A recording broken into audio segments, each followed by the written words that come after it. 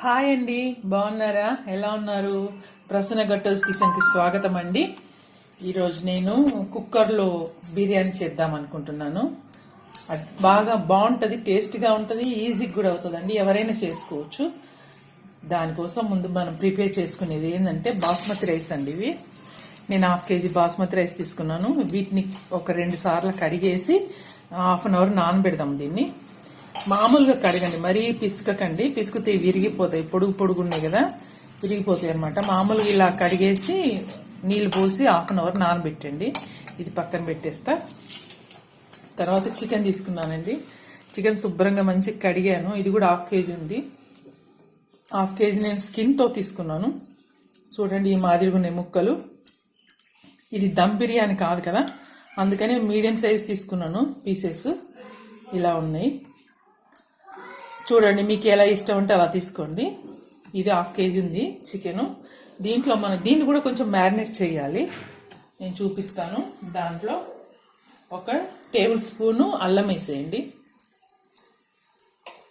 తర్వాత దీంట్లో 1/2 tea spoon ఉప్పు వేసేయండి.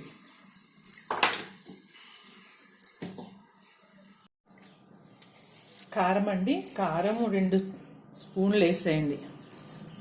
అంటే మనకి నేను 1/2 kg తీసుకున్నాను కదా, రైస్లో కూడా మనకి మసాలా అంతా రైస్ కూడా పట్టుద్ది. అందుకనే 2 స్పూన్లు ఫుల్గా తీసుకున్నాను. టేబుల్ స్పూనే, టీ స్పూనే కానీ ఫుల్గా తీసుకున్నాను. 2 టీ స్పూన్ల కారం. తర్వాత జీలకర్ర పొడి అండి, ఇది 1 టీ స్పూను. తర్వాత ధనియాల పొడి అండి, పచ్చి ధనియాల పొడి, ఇది 1 టీ స్పూన్. తర్వాత పసుపు అండి, 1/2 టీ స్పూన్ తీసుకున్నాను. అంతే. ఇంకా వీటిని మనం మంచిగా కలిపేసుకుందామండి. ఈ మసాలా అంతా దీనికి పట్టేట్టుగా మంచిగా కలిపేసుకోండి. ఇలా కొద్దిసేపు ఇలా మొత్తం ఇట్లా అంటుంటే వాటికి మంచిగా పట్టుద్ది అనమాట. ఊరికే పైన కలిపేసి పెడితే అంతగా లోపలికంట పోదు. ఇలా పిసుకుతూ ఉండాలన్నమాట. చికెన్ మసాలా అంతా కూడా బాగా పట్టుకుంటుంది. ఇదండి ముస్లిమ్స్ ఎక్కువ చేసుకుంటారు. మేము ఎయిర్ ఫోర్స్ ఫ్రెండ్స్ అన్నాం కదా, మా ఫ్రెండ్స్ ఎయిర్ ఫోర్స్లో ఉన్నప్పుడు చాలామంది ఫ్రెండ్స్ ఉన్నారని చెప్పాను కదండి. అందులో ఒక ముస్లిం వాళ్ళు చాలా క్లోజ్ ఫ్రెండ్స్ అనమాట. వాళ్ళ దగ్గర నేను ఇది నేర్చుకున్నానండి. చాలా బాగుంటుంది. ఈ మామూలుగా దమ్ బిర్యానీ అట్లా అది తెలుసు కదా, మనం చేసుకున్నాం ఒకసారి. నేను వీడియో కూడా పెట్టాను, చూడండి. దీన్ని పక్కా బిర్యానీ అంటే దీన్ని కొంచెం ఉడికిస్తారనమాట. ఉడికిచ్చిందని పక్కా బిర్యానీ అంటారు. కచ్చా బిర్యానీ, పక్కా బిర్యానీ, దమ్ బిర్యానీ, ఇలా చాలా రకాలు ఉంటాయి. అందులో ఇది ఒక రకం అనమాట. చూసారా, మంచిగా పట్టుకుంది ముక్కకి. దీన్ని ఇలా అనుకుని మొత్తం పట్టించి ఒక హాఫ్ అన్ అవర్ దీన్ని కూడా నానబెడదామండి. మీరు రైస్ ఎన్ని తీసుకుంటారు అంటే 1/2 kg తీసుకుంటారా, kg తీసుకుంటారా, అది మీ ఇష్టం. చికెన్ కూడా దానికి సరిపడా తీసుకోండి, టేస్ట్ బాగుంటుంది. ఓకే అండి, నేను దీన్ని మంచిగా నానబెడతాను మూత పెట్టేసి. తర్వాత హాఫ్ అన్ అవర్ తర్వాత మనము దీన్ని ఎలా వండుకోవాలనేది నేను చూపిస్తాను. ఓకే, ఇప్పుడు మొత్తం దీనికి మంచిగా పట్టేసింది. చూడండి, కలర్ కూడా బాగా రెడ్ కలర్గా బాగుంది కదా. దీన్ని హాఫ్ అన్ అవర్ నేను ఇలానే పెట్టేస్తాను. ఓకేనా? తర్వాత హాఫ్ అన్ అవర్ తర్వాత మళ్ళీ చూద్దాం. మూత పెడతాను దీనికి. మన చికెన్ నానిందండి. హాఫ్ అన్ అవర్కి ఎక్కువైంది. బిర్యానీ కోసం నానబెట్టాం కదా, హాఫ్ అన్ అవర్కి ఎక్కువైంది. ఇప్పుడు నేను స్టవ్ వెలిగించి ఒక గిన్నె పెట్టుకున్నాను.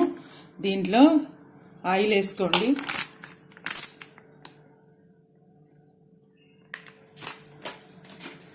రెండు 3 టేబుల్ స్పూన్ల ఆయిల్ వేయండి. 2 టేబుల్ స్పూన్లు వేయండి. 1 టేబుల్ స్పూన్ ఏమో నెయ్యి వేయండి. చాలా బాగుంటుంది.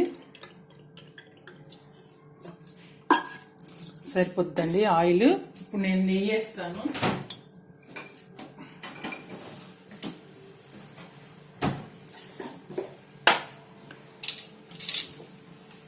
ఒక టేబుల్ స్పూన్ నెయ్యి వేయండి.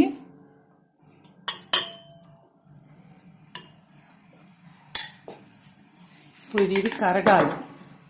కరిగిన తర్వాత మనం డైరెక్ట్గా అన్నీ వేసుకున్నాం కదా చికెన్లో. ఇంకా అందులో వేసేది ఏముంది, అల్లం వెల్లుల్లి కొంచెం వేద్దాం. తర్వాత గరం మసాలా వేయాలి. గరం మసాలా పౌడర్ నేను ఇందులో వేయలేదు.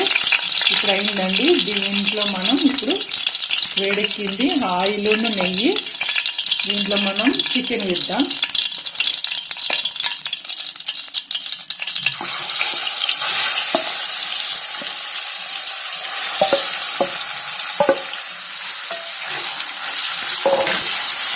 కొంచెం సిమ్లో పెట్టండి స్టవ్ కొద్దిసేపు. ఇలా గిన్నెకి ఏమన్నా చికెన్ అంటుకుంటే ఆయిల్ అట్టిక్కుపోనియండి, ఊడిపోతుంది. వేడిగా ఉంది కదా గిన్నె, అంటుకుంటుంది కంపల్సరీగా.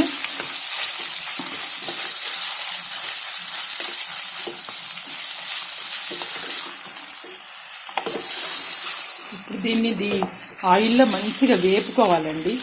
వేపుకుంటే చాలా టేస్టీగా ఉంటుంది. ఇది సగం ఇందులోనే ఉడికిపోతుంది కదా, అన్నంలో కూడా మంచిగా ఉడుకుతుంది. ఇప్పుడు దీంట్లో ఎందుకు పెడుతున్నాము ముందే ఉడికించడం అంటే, ఆ ముక్కలకి మసాలా అనేది చాలా బాగా పట్టుకుంటుంది అనమాట. మంచి టేస్టీగా ఉంటాయి ముక్కలు. ఇప్పుడు మనము అన్నంతో పాటు దీన్ని ఉడికిస్తాం.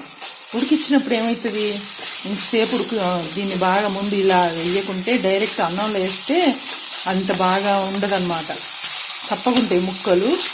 ఇప్పుడు ఇలా వేపుకోవాలి. ఇలా వేపుకుంటే కొద్దిసేపు అయిన తర్వాత ఇందులో ఆయిల్ వాటర్ వస్తుంది కదా, వాటర్ వచ్చి మళ్ళీ అవన్నీ షింక్ అవ్వాలి. షింక్ అయినప్పుడు మనం తీసేసుకోవాలి.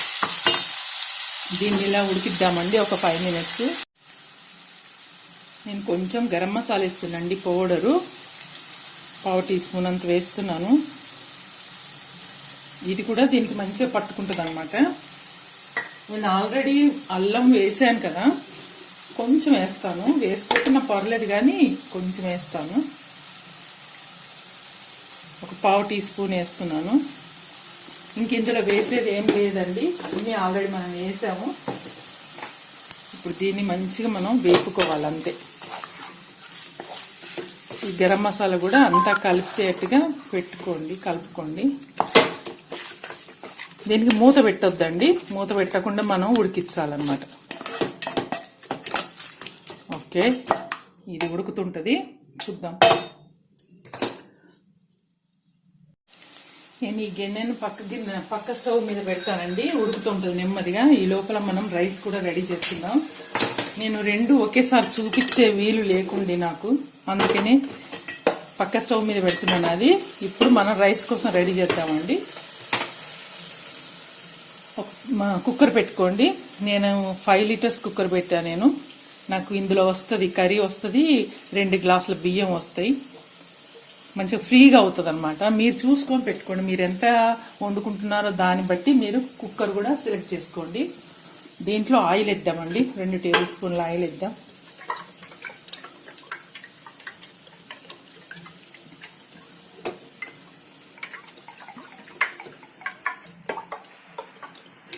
ఓకే,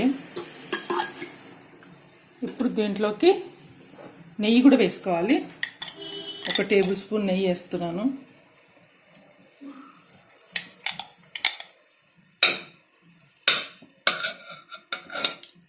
బిర్యానీ నెయ్యితో చేస్తే చాలా బాగుంటుందండి, కంపల్సరీ నెయ్యితో చేయాలి. ఇంకా లేకుంటే ఏం కాదనుకోండి, కానీ నెయ్యితో చేస్తే చాలా టేస్టీగా ఉంటుంది. ఈ పక్కన పెట్టాను కదా, అది అప్పుడప్పుడు నేను దాన్ని కలుపుతున్నాను.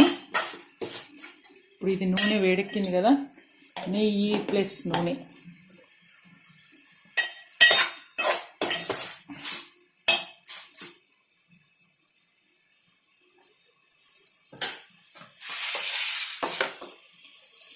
దీంట్లోకి మనం బిర్యానీ రైస్లోకి ముందు అన్ని లవంగాలు ఇలాచీలు వేసుకోవాలండి. గరం మసాలాలు 5-6 లవంగాలు వేస్తున్నా, ఒక 3 ఇలాచీలు వేస్తున్నాను, 1 స్టార్ పువ్వు అంటారు కదండి, అవి రేఖలు ఒక 4 వేసాను. తర్వాత ఇది జాపత్రి అండి. జాపత్రి ఎక్కువ వేసుకోవద్దండి, ఎక్కువ వేసుకుంటే కొంచెం వెగటుగా ఉంటుంది. ఇలా సన్నగా ఉంటాయి అవి, పువ్వు కొంచెం వేసుకోండి. తర్వాత ఇది దాల్చిన చెక్క అండి, చిన్న చిన్న ముక్కలు ఒక 5-6 వేసాను. ఇది మరాఠీ మొగ్గ అంటారు, అదొకటి వేసా. తర్వాత సాజీరా ఒక టీ స్పూన్ వేస్తున్నాను. తర్వాత మనం దీంట్లో కసూరి మేతి అండి, 1 టేబుల్ స్పూన్ వేసాను.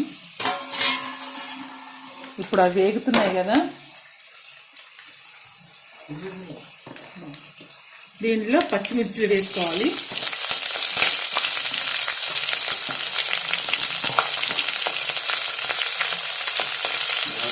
ఒక 4 పచ్చిమిర్చిలు కట్ చేసినవి కూరలో వేస్తున్నాను నేను. చూడండి, స్టవ్ కొంచెం సిమ్లో పెట్టుకోండి, మరీ మాడకుండా చూసుకోండి. ఇప్పుడు ఇవి వేగుతున్నాయి కదా, దీంట్లో ఉల్లిపాయలండి, ఉల్లిపాయలు ఒక 2-3 పెద్దవి తీసుకున్నాను, తీసుకొని వేసుకున్నాను. అవన్నీ మసాలాలు వేగి మంచి వాసన వస్తున్నాయండి, మాడనిచ్చుకోకండి. అది కసూరి మేతి అన్నమాట, నూనెలో వేస్తే అదే రంగు వస్తుంది కసూరి మేతి.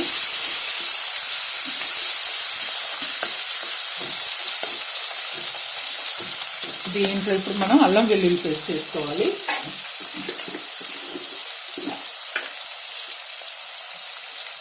ఒక స్పూన్ వేస్తున్నాండి, 1 టీ స్పూన్ కంటే కొంచెం ఎక్కువ పడింది. మీకు ఎంత అన్నం వండుతున్నారో దాన్ని బట్టి కూడా మనం అల్లం వెల్లుల్లి పేస్ట్ కూడా వేసుకోవాలి. ఎక్కువ వేసుకున్నా కానీ ఓవర్ అయితే దాని డామినేషన్ ఎక్కువ అవుతుంది అనమాట, చూసుకొని వేసుకోండి. ఇప్పుడు ఇవి ఉల్లిపాయలు మగ్గాలి కదా, మనకి ఒక 1/2 టీ స్పూన్ ఉప్పు వేస్తున్నా. వీటిని మనం మంచిగా ఉడికించాలి. ఒక 5 మినిట్స్లో అది మెత్తబడుతుందండి. అప్పుడప్పుడు చూడండి, పక్కన నేను కలుపుతున్నాను, పక్కన కూరని 2 స్టవ్లు ఒకేసారి చూపించలేకపోతున్నానండి నేను, ఎందుకంటే ఎవరు లేరు ఫోన్ పట్టుకోవడానికి, అందుకని కొంచెం ఇబ్బందిగా ఉంది. ఇందులో నేను ఇంకేం వేయలేదండి కూరలో, అది మామూలుగా మీడియంగా పెట్టుకొని నేను దాన్ని ఉడికిస్తున్నాను. దాంట్లో ఇంకా నీళ్లు అవి చూపిస్తాను, నీళ్లు ఊరిన తర్వాత నేను చూపిస్తాను. అది మూత పెట్టకుండా దాన్ని ఉడికిస్తున్నాను అనమాట, అంటే వేపుకోవాలి.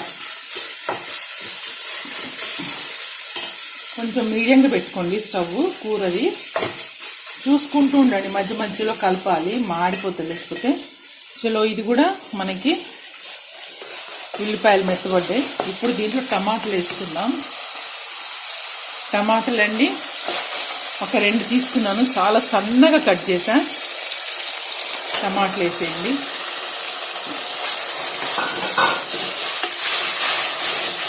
టమాటాలు వేసి కూడా దాన్ని మగ్గనిచ్చాలండి, మగ్గేదాకా దీన్ని మనం చూద్దాం. మధ్య మధ్యలో కూరను కలుపుతున్నానండి.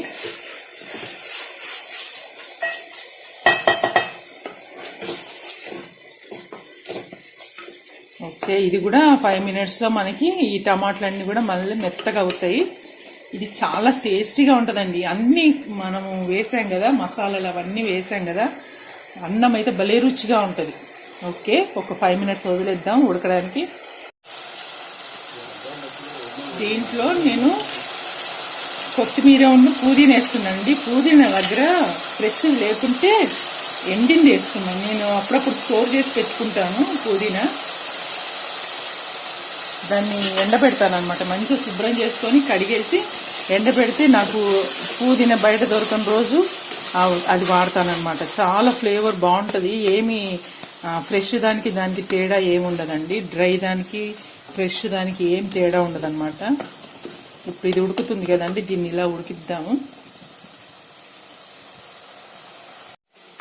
చూసారా, కర్రీ కూడా మనకి ఉడుకుతుంది, నూనె వస్తుందండి బయటికి. అందులో వాటర్ అంతా డ్రై అయిపోయినట్టే, ఇంకా కొంచెం వేగాలి.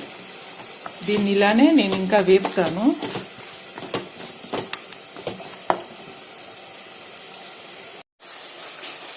చూడండి, టమాటాలు కూడా మెత్తగా అయిపోయినాయి. ఇప్పుడు దీంట్లో నేను పెరిగేసుకుంటున్నానండి. 1 కప్పు అవుతుంది, 1 కప్పు పెరిగేస్తున్నాను.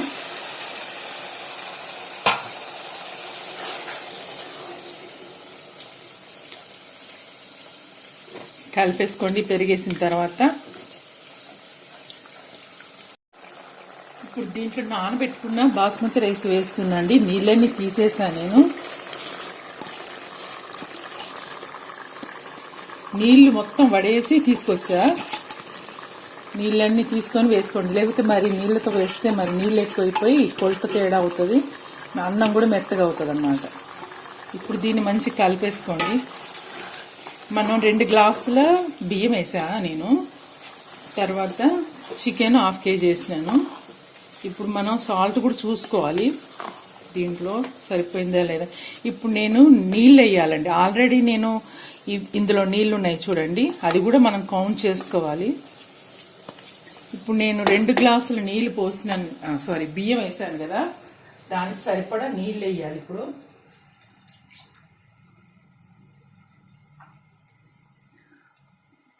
మనం కుక్కర్లో వండుతున్నాం కదండి, అందుకని కొంచెం నీళ్ళు తక్కువ పడతాయి.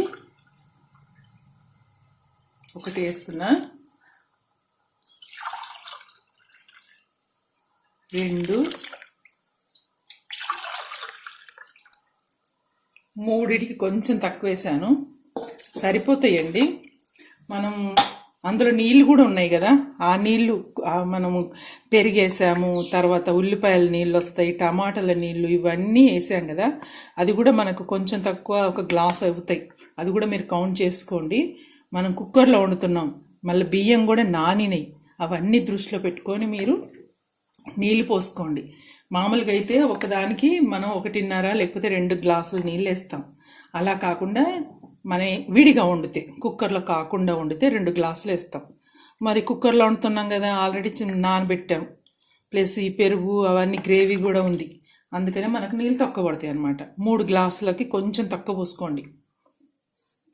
మనం పెరుగు కౌంట్ చేయలే కదా, అందుకు దాన్ని బట్టి కూడా మీరు చూసుకొని వేసుకోండి. సాల్ట్ పడుతుందండి, 1 టీ స్పూన్ వేస్తున్నాను. మీరు చూసుకోండి ఎంత మీకు ఉప్పు తినగలుగుతారు దాన్ని బట్టి. కొంతమంది బాగా చప్పగా తింటారు కదా, అలా కొంతమంది కొంచెం ఎక్కువ తింటారు, సాల్ట్ కూడా ఎక్కువనే తింటారు కొంతమంది. దాన్ని బట్టి మీ టేస్ట్ను తగ్గట్టుగా ఉప్పు వేసుకోండి. కారాలు కూడా అంతే,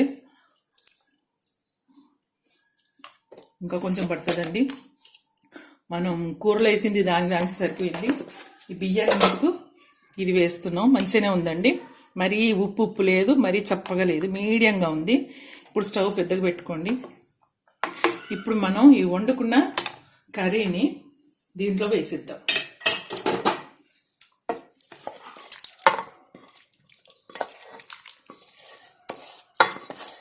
ఈ మసాలా అంతా కూడా దీంట్లోకి వచ్చేట్టుగా చూసుకోండి.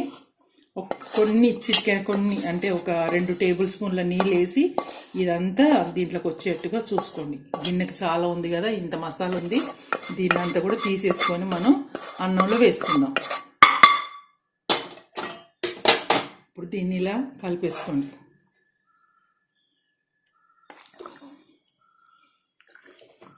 ఆల్రెడీ మనకి సగానికి ఎక్కువ చికెన్ మంచిగా ఫ్రై అయింది.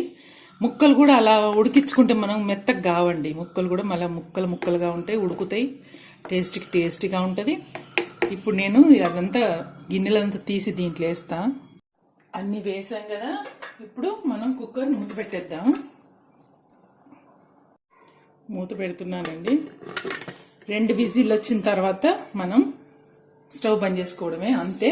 ఓకేనా, వెయిట్ చేద్దాం 2 విజిల్ల వరకు.